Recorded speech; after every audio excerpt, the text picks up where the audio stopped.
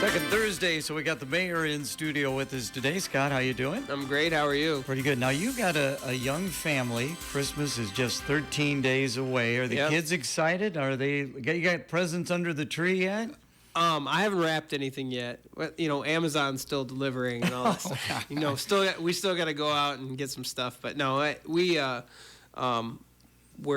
probably do that this weekend. But the elf on the shelf thing has been really interesting this year. My daughter got one, a Snoop Dogg elf on the shelf. Oh, nice. Yes. That's pretty cool. Yeah, Yes. we have the standard one, but Okay. Our 2-year-old Cooper is like every morning he's trying to find him. Yeah. Right? He absolutely loves it, and so it's been pretty cool to do that this year because they're both getting into it. And When Teresa's youngest was young, and they had the elf on the shelf, and I accidentally touched it, and Grayson just lost it. Yeah. He goes, oh my gosh, Santa's not coming now.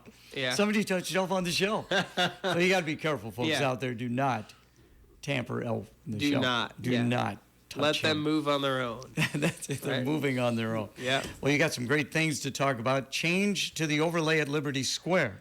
Yeah, so we started the discussion a while back. We made a change to it because you couldn't have digital signs out there. We made that change. So the overlay on Liberty Square is along Comanche Avenue there, all that empty space in the middle there. Really, my focus is over the next few years, we need to start selling that ground. We need to get some businesses in here, light manufacturing, commercial, something like that. It's never going to be a Texas Roadhouse right there. That's not where they want to build. If we get stuff like that, it's going to develop on the west end or the downtown or the north end. You know what I mean? Somewhere in those types of areas is more desirable for places like that. So that area really is a corridor that should be manufacturing or industrial. And yes, it's along the highway, but it still can look great. Look at the Clinton Alignment, they're building, Kelly Heating, and the different buildings that have come up, Irv's Repair there. All those buildings that have come up, they look really, really good, and people are taking care of their buildings. The new Low Laguna Market, they redid all of that, right? So we've got a lot of really good-looking things along there, and I think we just need to start adding to that. So this change basically made a change to the facades. Before it was very restrictive, and you had to have permanent brick facade. It had to cover everything, and it was quite expensive for some people. And we have a gentleman who's building a new building out there right now in the old McDonald's lot where that was. And what is that? It's going to be a gym, basically. Oh, really? Yeah. Okay. Yeah. So the cost to do something like that. So I started working with them and then digging into the ordinance, and I realized, like, this is silly. It's never going to... I like the intentions of what were made in 2011, but it has not even gotten close to anything like that, right? So my thing is, let's get these changes. Let's make it less restrictive. I want businesses to grow. I want businesses to show up, right? I want more to come here, and I think this is one way we can start doing that. We're going to dig into the rest of that overlay ordinance the ordinance itself going into the spring after budget and stuff. We're going to dig into it more, but that was a big change that hopefully will make it more attractive for people to buy and build along there and move their business or start a new one. It is, a lot more attractive since all those homes and that were taken out of there, but I could see where you would want to develop in that area. We still have some homes in there, which is fine. I see that corridor as completely business oriented down the line, right? We have other great places where we can build houses and do stuff like that. That's, to me, not a great place to build new housing developments and things like that, right? With the traffic, and then you already have industry over there, so it makes sense to have the industry there. We got a couple restaurants to support those industries that are already there. One thing on there, you can't have a drive-through. That's in that ordinance. So, I mean, that's silly, right? If someone wanted to put a drive-through in there, why shouldn't you be able to? So that's why we really got to dig into this and work on it, because I don't want to pay to mow that grass for eternity. Right? That's a lot of grass. It's expensive, yes. Right? So let's get in the hands of some businesses and let's see what great things we can get developed along there. Visiting with Scott Maddasion, Mayor Clinton, working on a policy manual now for city employees. Yeah, we always like to highlight the stuff that's happening at the council meetings. And the other night, we had some discussions on the policy manual, and they're making some changes. Our HR director is looking at stuff and trying to get us in line with federal, state guidelines if we're not, because there's a couple, things change in the HR world. So making sure we're lined up there, making sure that we, all the benefits and all that stuff for employees are taken care of, and it's clear and concise so that people can understand what they're getting when they come work for the city. And then the safety program is a big one too. That's a huge thing that our city administrator kind of put Eli from the building safety division and kind of in charge of, and safety throughout the entire city, as far as reporting incidents and how we deal with incidents and all that kind of stuff. And our safety incidents and our injuries and stuff are down considerably since we've started doing more training and being more prudent on kind of what we're doing on the safety side of things, which is really great because any business owner out there knows, safety. The lower the incidents, the lower insurance is, and all that kind of stuff, which is really nice. So I think it's important to highlight that we're looking at that as well. So does that kind of tie in with that other talking point, the BNS, now the Building Safety Division? Yeah, I always like to highlight that because Building and Neighborhood Services has now changed names to the Building Safety Division to kind of make it more clear on what they handle, because they were getting some. They always got calls on things that maybe should be community development or just City Hall in general. So. Our fire chief, Mike McQuistion, kind of came up with an idea to change this name, rebrand it a little bit, refocus on what that office actually does. So, if you see Building Safety Division, it's not a new division. It's not a new. It's not new people. It's that office is kind of getting rebranded. So okay, something that was brought up on City Watch. Bill Shemmers does a great job doing that program every Saturday here on KROS. Had Rhonda Kearns on there talking a little bit about curfew toward the end of the show. Yeah, so the curfew ordinance, it's got one more reading. Really what changed in the curfew ordinance is holding parents accountable. We've had several incidents, one along Liberty Square that we talked about, right, where some people bashed in some windshields and things on cars. So we have some juveniles that are out there that are causing some ruckus and a little bit of trouble. And really, if you're have a 14 or 15-year-old out there, the parents really need to be accountable for what those kids are doing, and this kind of allows us the opportunity to hold parents accountable for things like that. Similar to what the school district did with the being tardy. Holding parents accountable for things like that.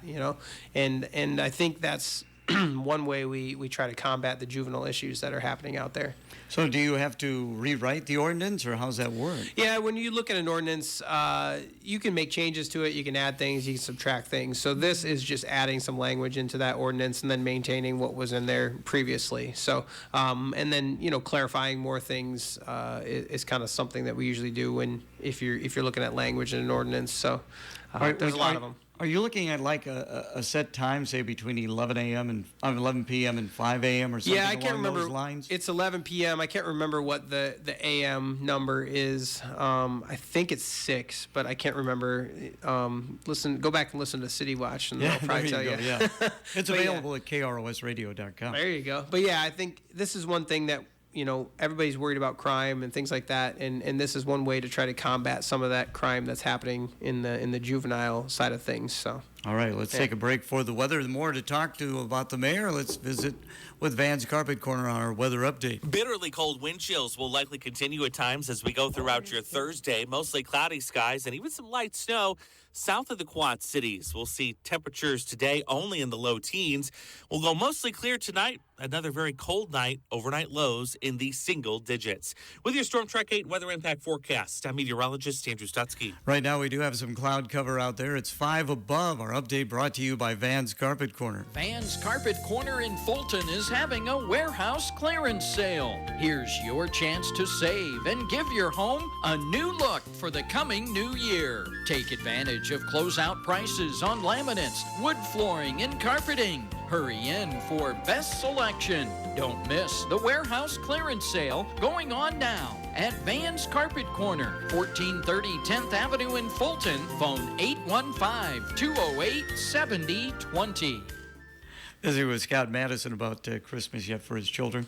And you said your dad built him, your 4-year-old? Yeah, he built him a racetrack. He's really big into racing Hot Wheels cars and the monster trucks and all that stuff. So my dad built him this out of wood, and you put the cars in there and you pull the thing up, and then they slide down. It's got 5 tracks, and he loves it.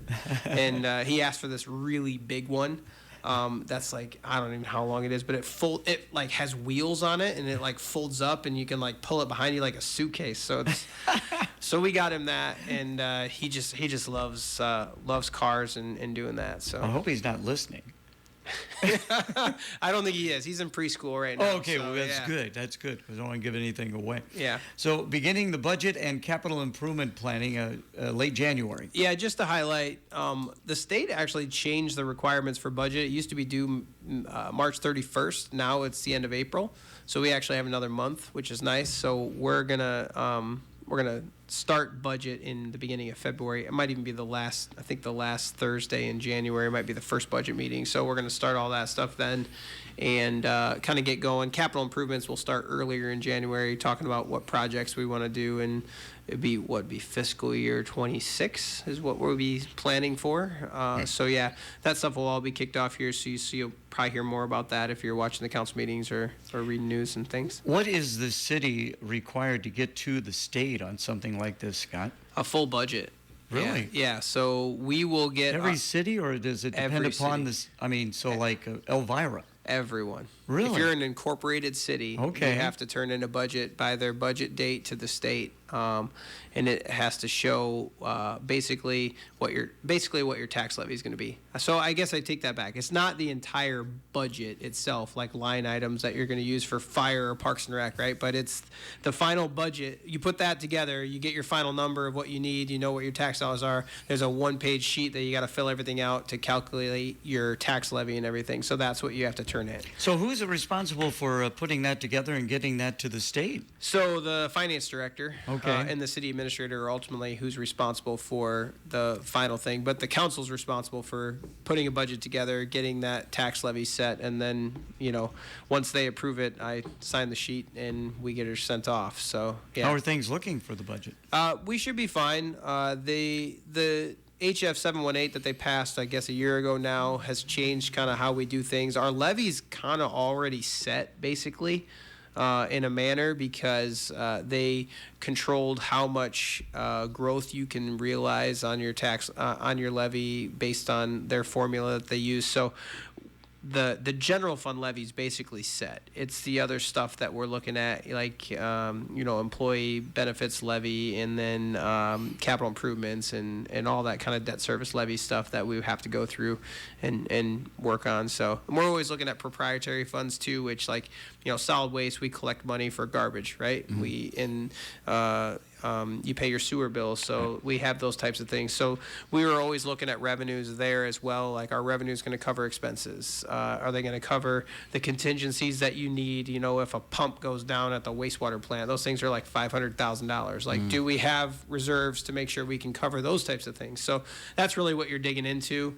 The marina, they generate some money, so we always look at that with the Candlelight and the marina there. So we have those funds too that you're actually making revenue. It's not tax dollars that are going into it. So just kind of going off script here a little bit. When I go down to Comanche and you look to the west there, it looks like a lot of improvement going on in that waste treatment plant. Yeah, right? we're doubling the size of the wastewater plant. So that's a $120 million project with ADM. So ADM is basically paying for it, and the city is the sponsor of it. So ADM got hit with a consent decree just like we did, where they had to build a new wastewater plant, right? And this partnership was a more efficient way for them to do that.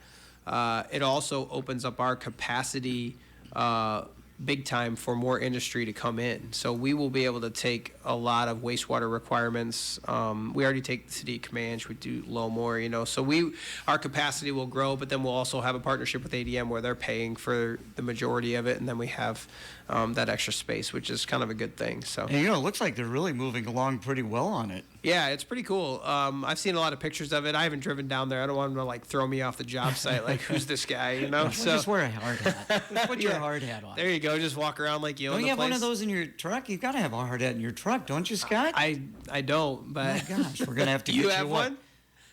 Somewhere. All right, yeah. It's been a while. It's a really big project, and they're humming right along. So I used to have a civil defense hat one of those, kind of round-looking things, Yeah? with civil defense. I don't know what happened to it. Anyway, great holiday train turnout. Yeah, I was really impressed with the holiday train turnout. Even though it was 3:30 on like a Wednesday, we had a packed crowd there. Really cool. They gave $7,500 to information referral and assistance. Which is huge for Canadian Pacific to donate that.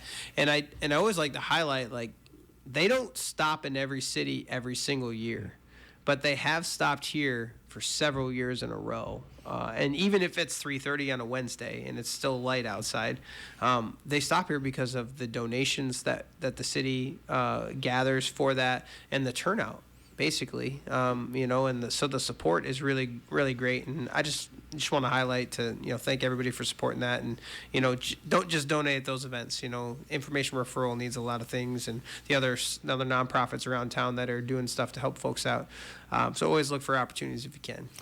I happened to be driving by when that was just about ready to get underway, and there were people that were parking on the west side of 2nd Street. I mean, they were walking a good 4 or 5 blocks to get to this. Yeah, I mean, it's packed down there, which is it's really cool. It's a good event, and it's a half an hour, and then they move on, but it's really cool. So, and I got to meet KT Tunstall too. Oh, did you really? Yeah, she was the main act down there. I remember her big song came out right after I graduated high school or something like that. So I remember her from way back then. Did you get an autograph? I did. I'm not an autograph person. Okay. No. Neither am I. So awesome tree lighting. Yeah. The tree lighting again, a huge turnout. I mean, that was the most people I've seen in the last 5 years down there. I know the Megan Prey and the downtown did a really nice job of creating some buzz and some different events down there during that. And we talked afterwards to kind of tweak some things a little bit, maybe for next year. So really cool, and that's always a fun thing. And they partnered with Make-A-Wish this year, so we had 2 Make-A-Wish kids there that helped. They counted down and did the tree lighting. And I joked at the thing. The first time I did a tree lighting, I counted up. Oh, no. My first year as mayor, I counted up. And they were gracious enough to know, when I stopped counting to light the tree. And then they came over and told me, and I was like, oh, my God. So did you go from 1 to 10? I went from 1 to 5. And I stopped at 5. And then they were just like, dink, and they turned it on. And they came over, and they're like, dude, you got to count down. And I was like, I knew that, but I didn't, So everybody gave me a hard time. So I'm always I'm a little nervous during those types of things that I don't, Yeah, talk about that, because you do a lot of public speaking now. And are you getting more and more comfortable with that, Scott? Yeah, I mean, certain scenarios are different, but, something that I was brought up when I was coaching is you have to be comfortable with being uncomfortable, right? That's what you have to do. So I think the biggest thing is when you're going into situations like that, the more prepared you are, the less nervous I am. The state of the city makes me nervous because there's a lot of information, but I go through it several times, so I feel pretty confident, because you're going through it. There's other times when you're a little more nervous. I've gone to DC for some things and had to have speaking things, and like that kind of, you're kind of a little nervous out there because you don't even know who's in the room, really. It could be super important people, but yeah, it's so it just kind of depends on the situation. But we had Matt Parbs was in for Grow Clinton on Monday morning at 9:05, and he brought up that going to be going to Des Moines here in the new year. Yeah, so we do a Des Moines trip every year. I don't know when that's scheduled. Last year I wasn't able to go. I can't remember what happened, but yeah, it's always like the end of February, first week of March. So we do a Des Moines county trip to Des Moines, and we kind of bring folks from all the cities and the key stakeholders, and we go out there and talk to our legislators and other legislators too, because obviously it's not just ours that are passing things, it's everyone. So to wrap up the program, of course, we had Josh Agers in on Monday as well, and he gave us the rundown, the lineup for Tailgate and Tall Boys as we get ready for year 3. I know you and Josh are the driving force behind this music festival, and quite a lineup indeed. Yeah. Did he stumble through it too? Because I stumbled. I was down at Mac, really cold, freezing, and stumbling through it because they're doing freezing for food at Hy-Vee. Oh, okay. So I announced it there too. But yeah. So you were outdoors? I was outside. I Okay. was freezing. But We had Josh here in the comfort of the control room. there you go. I know. You I want this? should You have wanna traded take a with him. look? No, I have it. Yeah, Okay. I should have traded with him. But no, we have a really, really good lineup this year. And I see online like people like, well, I don't know half these people. Well, you're probably not going to know half the people because we can't afford to have 12 Jason Aldeans. That would cost a fortune, So you're going to have some of these up and comers and these young people that you might not know now, but who knows, by June you might know them extremely well, right? If they have a hit that goes out there. And we've got a lot of really, really good talent. We've got a good mix of talent. Different types of artists, and we were not able to get a rock act this year. We reached out to a couple, actually several, and the prices for them were just not right, at the time, obviously. And this is a country festival, so we were lucky to have Shinedown last year, and they kind of stayed true to that. But they did try. It's got to work out budget wise, obviously. So. But Jason Aldean, you were telling me 28 number one hits. Jason Aldean is huge, and we're very blessed to have him come to Clinton. I mean, that's going to be a great day. And we added a fifth artist on Saturday, which is cool. So instead of 4, there's 5 on Saturday. So it's going to start a little earlier, so it's going to be a little bit longer day, but it's going to be fun. And you're going to end with Jason Aldean, who is, one of the biggest country artists out there right now, and probably of all time. I mean, he's got 28 number one hits. You got to be ranked pretty high on the list, right? Yeah. So we're excited for that. And even Riley Green and Ella Langley on Friday, I mean, they're on fire right now. They're winning CMAs, all this stuff, and that's cool. And Whiskey Myers Thursday is an independent group. So they have no record label. They're outlaws. They do everything on their own kind of thing, but they're just outstanding. They're just so good. And I think the biggest thing I say to people is listen to them now. You'll fall in love with most of these artists right now, and then live music's always different than listening to it on your phone or the radio or whatever too. So just give it a chance. Come on out. Big thing that changed this year. This came down the pipe a couple days ago. VIP, the price has been discounted, but it will not be all inclusive. So we're running into some liability things and different stuff like that with providing all-inclusive drinks, even what the price is. Everybody knows insurance has gone up, and having that feature insurance in that liability side of things is really causing a problem. So it changed a little bit on that side. There's still one all-inclusive option if the super fan, you could still do that. But the regular VIP, really what that's going to get you is get you close to the festival. Just like, if you went to a show down at an arena somewhere, right? Mm-hmm. To be on the floor right next to the stage, it's always going to be a little bit more than the nosebleeds where I generally sit, right? So, yeah, that was a big change. So make sure you read your tickets as they go on sale tomorrow. I know pre-sale's going on, but as tickets hit the market tomorrow and they really go on sale, just make sure you read what you're getting for each ticket before you buy it. They added some cool things in there, like a 4-pack ticket where you get some discounts and stuff. So there's a lot of good value in there. Just make sure you're looking at everything before you buy it. Where do we need to go to? Tailgatingtallboys.com. Choose Clinton, Iowa. They redid the website. It looks really sharp. It's really cool. It's really easy. Very, very good to navigate. So go there, choose Clinton, Iowa. Pick which package you want, GA, VIP, or whatever you want to do. Talk to your friends. The 4-pack is a good deal. So if you got 4 people that are all buying a general admission ticket, get together, buy the 4-pack, save yourself a little money. You can always go to the kiosk out at the Wild Rose too. You get some fees discounted if you buy it at the kiosk out there, so that's always an option as well. But yeah, it's going to be here before we know it. June 5th, 6th, and 7th, right there in the month of June. It comes fast every single year. Yeah. Hey, well, thank you so much for coming in. Merry Christmas, and we'll see you in the new year. All right, see ya.